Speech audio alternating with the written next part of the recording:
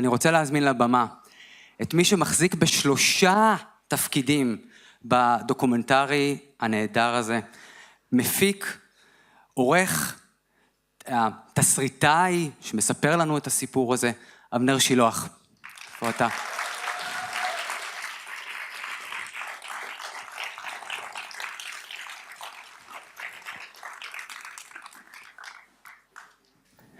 ערב טוב. ערב טוב, שלום. תודה רבה לך.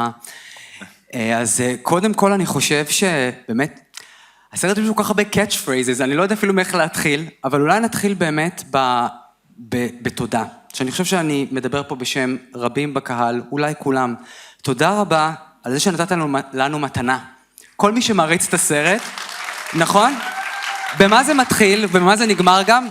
כל השירים בסרט. כמה שרתם, מקווה ששרתם, הרסתם קצת אולי אחד לשני איתה.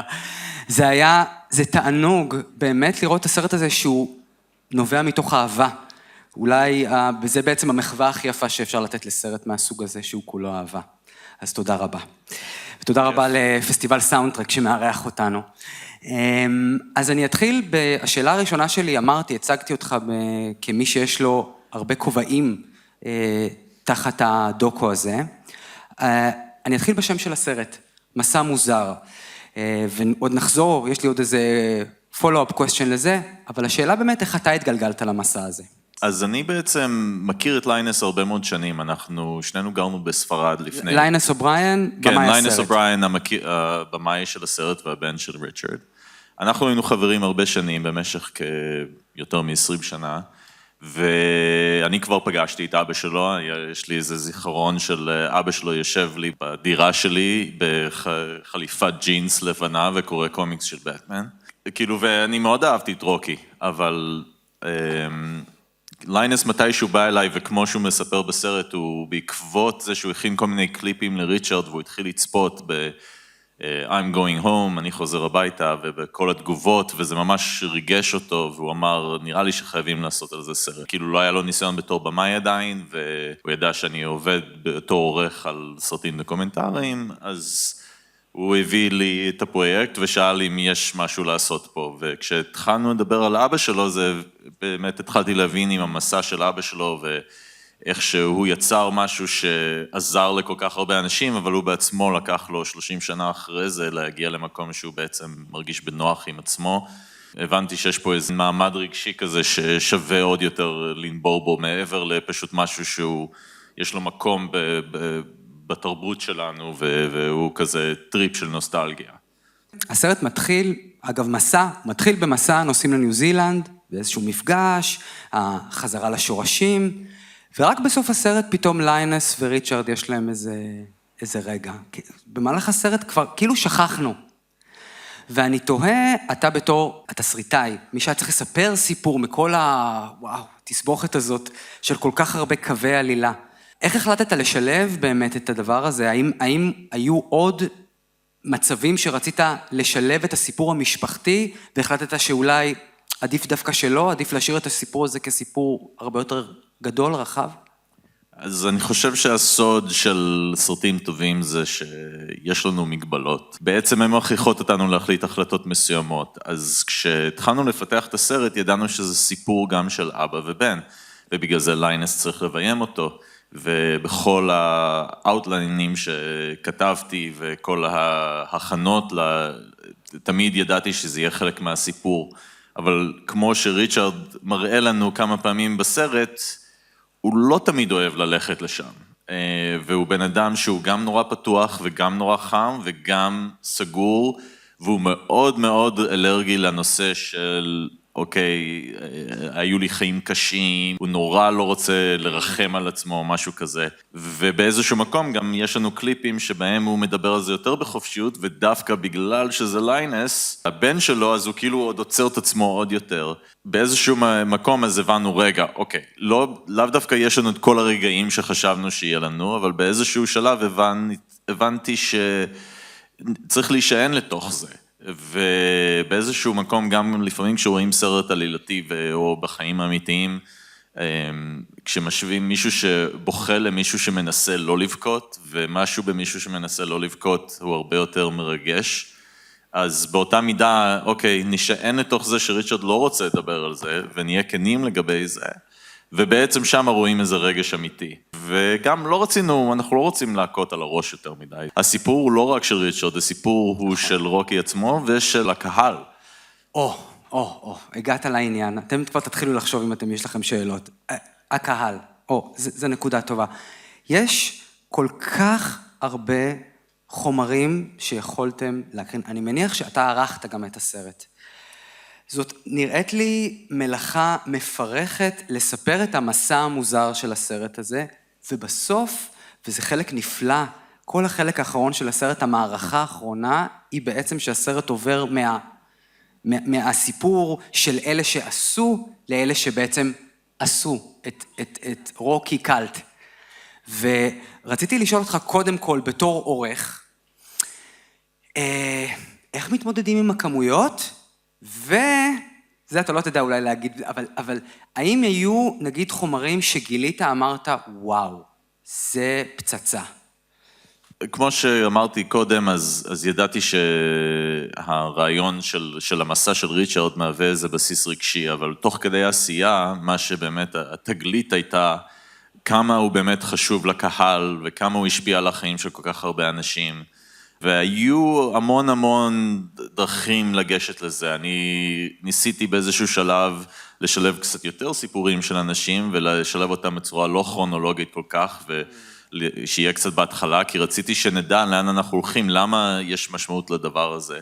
אבל זה קצת היה מבלבל מדי, ובגלל שאני כל כך התאהבתי בנושא של הקהל והתגובות של אנשים, רציתי עוד ועוד, והיה לי המון חלקים שאני ניסיתי לדחוף, והפרטנרים שלי, בין אם זה ליינס לבין המפיקים האחרים, אמרו לי, די, זה כבר יותר מדי. ועדיין, כאילו, אני מרגיש שאולי יש לנו יותר מדי, אבל אני רוצה לעשות לזה צדק. אז אני חושב שכל הארכיונים של האנשים, לראות אותם, כאילו יש כמה דברים נורא חזקים לקראת הסוף, שיש מישהו שאומר, לא הייתי הולך לאף מקום אחר בצורה הזאת, זה לא הייתי מרגיש בטוח באף מקום אחר.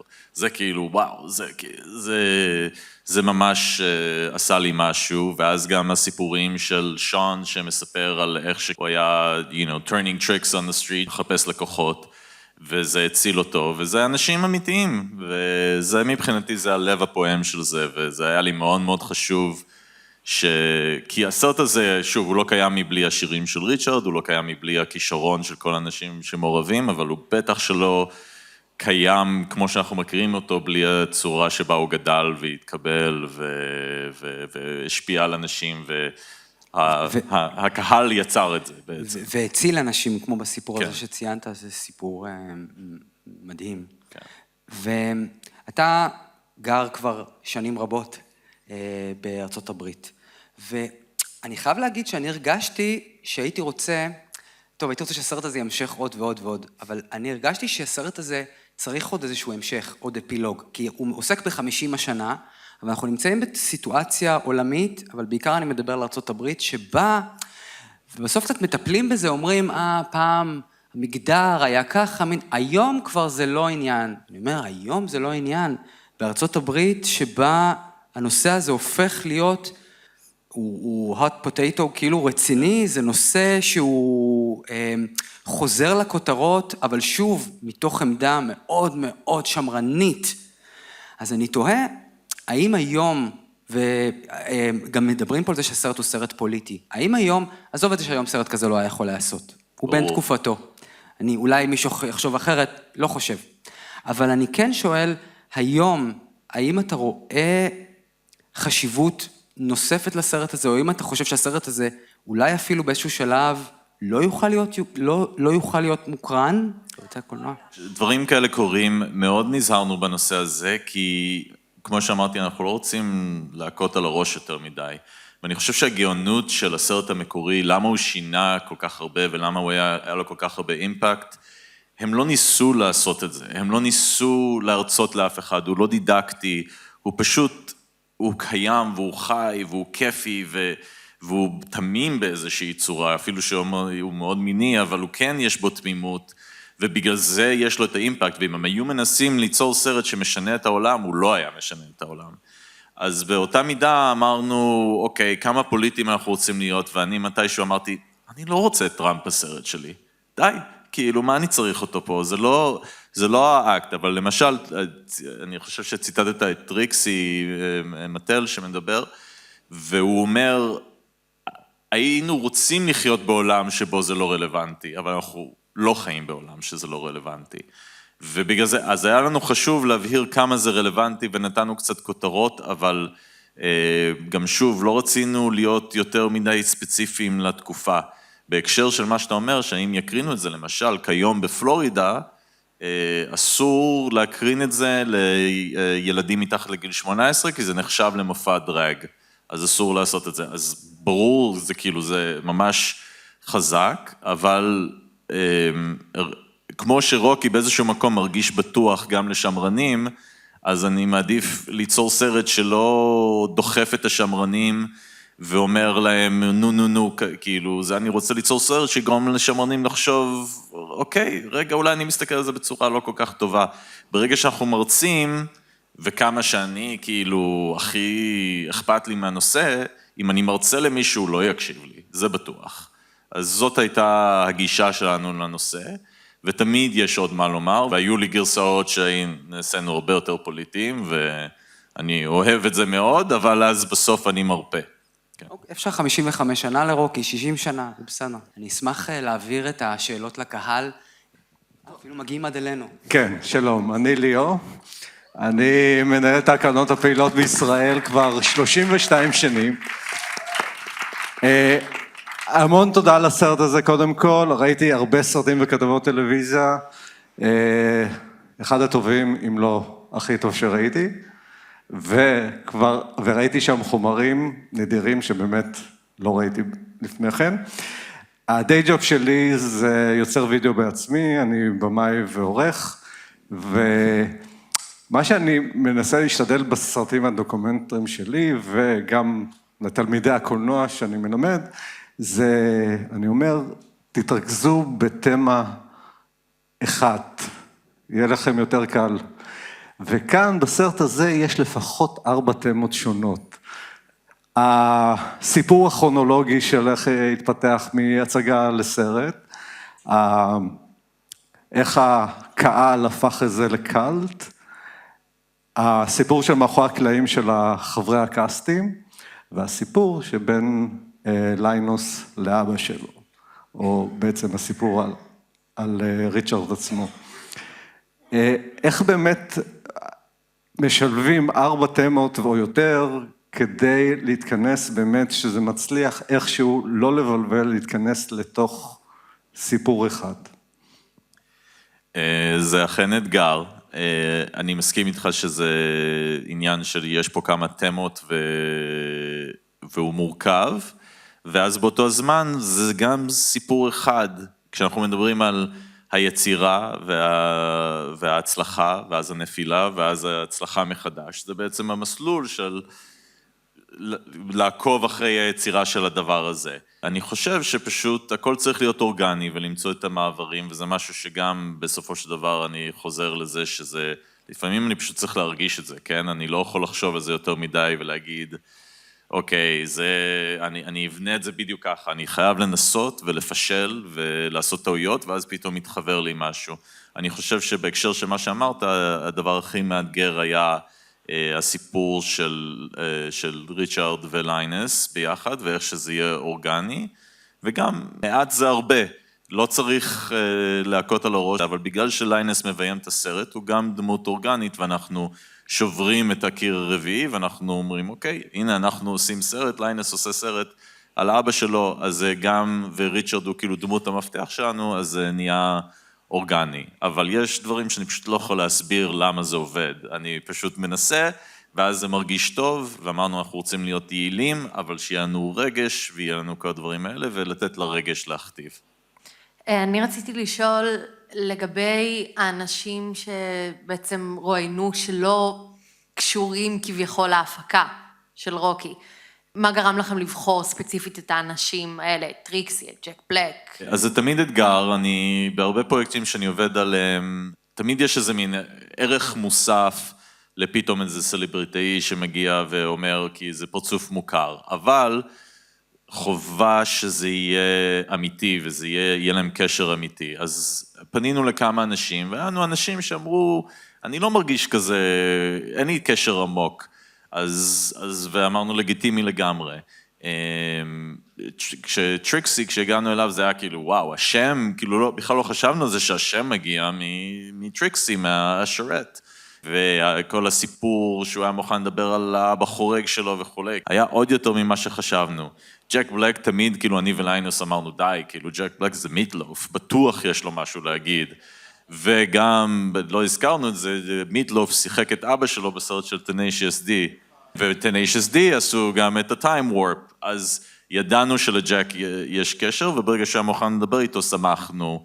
זה היה מספיק, לא היה צריך יותר, כאילו גם, בטוח יש אנשים שאומרים למה הכנסתם אותם בכלל, אבל אני מרגיש שהאהבה שלהם אמיתית, שיש להם משהו להגיד ומשהו לחוות, שגורם לנו להרגיש חיבור לזה. משהו שחזר הרבה פעמים, שאני שומע גם, לא רק בסרט הזה, גם באופן כללי, שאומרים שהסרט הזה, כאילו המסר שלו זה השחרור, תהיו מי שאתם, ואז אנחנו רואים את פרנק, שהוא בדיוק האנטיתזה של זה, שהוא באמת לוקח את זה לכיוון הזה, וכשברד וג'אנט נשאבים לתוך העולם הזה, אז הם יוצאים חבולים נפשית, ולמה הסוף של פרנק וכל מה שקורה, זה לא מאחיר בעיני הרוב המכריע של המעריצים, לפי מה שראיתי, את המסר הזה. אני מבין לגמרי למה אתה מתכוון, שיש משהו בסרט, סופו של דבר כן קצת שמרני, פרנק מת וכאילו הכל כזה. יש הוא נענש, סוגרים את זה חזרה, שמים את הכל בקופסה וזה כאילו מאוד ניט וכולי. מצד שני, ג'אנט וברד כן השתנו, כאילו בטוח שהם יצאו מזה מאוד שונים וכולי. אני חושב שיש פה מורכבות, וגם זה, כשמדברים על דברים שלא כוללים בסרט, יש לנו אקדמאים שמדברים בסרט, והם דיברו על דברים שמרתקים אותי, והייתי רוצה לכלול, וגם עכשיו אני מסתכל ואני אומר, וואו, כללנו יותר מדי מהם. וזה, היה לנו ג'פרי שמדבר ומדבר על איך שדרקולה זה בעצם טקסט שהוא קוויר, וזה, ורוקי הביא את זה ליותר משהו. אני יכול לדבר על הדברים האלה שעות, ויש מורכבות לסרט, אבל בעצם החלטנו להתמקד במה שרוב האנשים באמת מרגישים מזה, בין אם זה, אתה יכול להגיד שזה מוצדק לגמרי או לא, שזה הם כן מרגישים סוג של שחרור, ואני חושב שזה משהו שהוא מעבר לסרט, זה לא רק הסרט עצמו, השחרור בא מהקהילה שנוצרת, והיכולת שלהם לבוא שבוע אחרי שבוע או חודש אחרי חודש, ולהיות עם אנשים אחרים כמוהם, או שונים לגמרי, שפשוט מקבלים אותם כפי שהם, הם יכולים לשנות את המגדר שלהם כל שבוע, וזה בסדר, מקבלים אותם, זה לא שופטים אותם. אז אני חושב שפה הקהילה שנוצרה היא בעצם יותר חזקה מהסרט עצמו. טוב, קודם כל באמת היה סרט מרגש ומעולה, ואני גם ראיתי כל מיני בעבר חומרי ארכיון ומאחורי הקלעים ושיחות עם מעריצים, וזה באמת אחד הסרטים, אם לא אני לא חושבת שאני אבוא לרוקי ואני אבכה. אז תודה. יש לי שתי שאלות. אחת, האם לפני היצירה של הסרט או לפני ההיכרות עם ליינוס, האם היית חלק מהקהילה של רוקי או ראית? ושתיים, מעניין אותי בסרט כזה מדהים, מה היה לכם הכי מאתגר לעשות בתוך הסרט? אז אני גדלתי בסביבת רוקי, היו לי חברים שהיו הולכים, יש לי פה איזה חבר מרעננה שהיה הולך להקרנות, אני במבט לאחור הייתי כאילו כל כך ביישן, שלא יכולתי להביא את עצמי ללכת, אז אני ראיתי אותו בווידאו וזה, ובתור מתעניין בקולנוע, אבל בעצם כשאני הגעתי וצילמנו בניו יורק ובלוס אנג'לס, צילמנו הקרנות, אני הייתי וירג'ן. נמלטתי מאבי כי הייתי מצלמה. איך הוא מעיז בכלל? אני אוהב מאוד בסרטים שאני עובד עליהם, ליינס מחובר לזה בצורה מטורפת. אני האוטסיידר שמתאהב בזה תוך כדי, ואני מקווה, זה טוב לקהל שאוהב את רוקי, אני מקווה שזה תמיד גם טוב לקהל שפחות מכיר, ואני רוצה בעצם להיות העיניים של הקהל הזה שמתאהב בזה תוך כדי הסרט. בהקשר למה שקשה, אני חושב, וזה למשהו לגמרי אישי, העריכה הייתה נורא קלה, כשממש ישבנו לערוך את זה, אני וליינס, אני וליינס כאלה מכירים של הרבה שנים, אנחנו אחים כאלה, אז ההפקה הייתה קשה, כי היינו רבים כל הזמן. ואמרתי, וואי, העריכה תהיה סיוט, איך בכלל נגיע לזה? ואז כשישבנו לערוך, פתאום הכל היה כבר חלק. למדנו להכיר אחד את השני, ולכבד אחד את השני יותר וכולי, וזה היה האתגר. זה משהו נורא אישי כזה, אבל זה בעצם היה האתגר היחיד. רק ג'וס קצת. על מה למשל רבים? על מה רבתם? דוגמה אחת. בכל זאת, תן לנו. על מה רבים? על כל דבר... כי אתה אומר לא בעריכה, דווקא בעריכה אני אומר, זה תהליך שאני יודע שיש בו הרבה מריבות. הוא ערך חלק מהרעיונות, אני ערכתי חלק מהרעיונות, כשהוא היה עורך רעיונות, הוא היה מדלג על שאלות שכתבתי, ואני כזה, למה אתה מדלג על השאלה הזאת? או למה אתה מדבר כל כך הרבה? או וזה, ואז הוא גם היה מתעקש על רעיונות, ואני אומר, טוב, תן לי הסבר למה, והוא כזה, אני לא יודע למה. אבל אני יודע שאני רוצה את זה, וזה לגיטימי, כאילו, בסופו של דבר, למה אני מתעקש? אבל זה לא דברים באמת אמיתיים, זה דברים של פשוט אחים שרבים על שטויות. אבל זה היה הקושי האמיתי, וחוץ מזה שלא היה כסף. זה גם קושי. טוב, אני חייב לסיים. אז לסיום, תודה רבה, אבנר. ואני אסגור לך מעגל, שתחווה באמת את החוויה של הבתול. כולם ביחד, 3, 2, 1, וירג'ן! אז תנו לי, אני אעשה תמונה ואני אשלח לליינס עם זה והקהל מאחורה.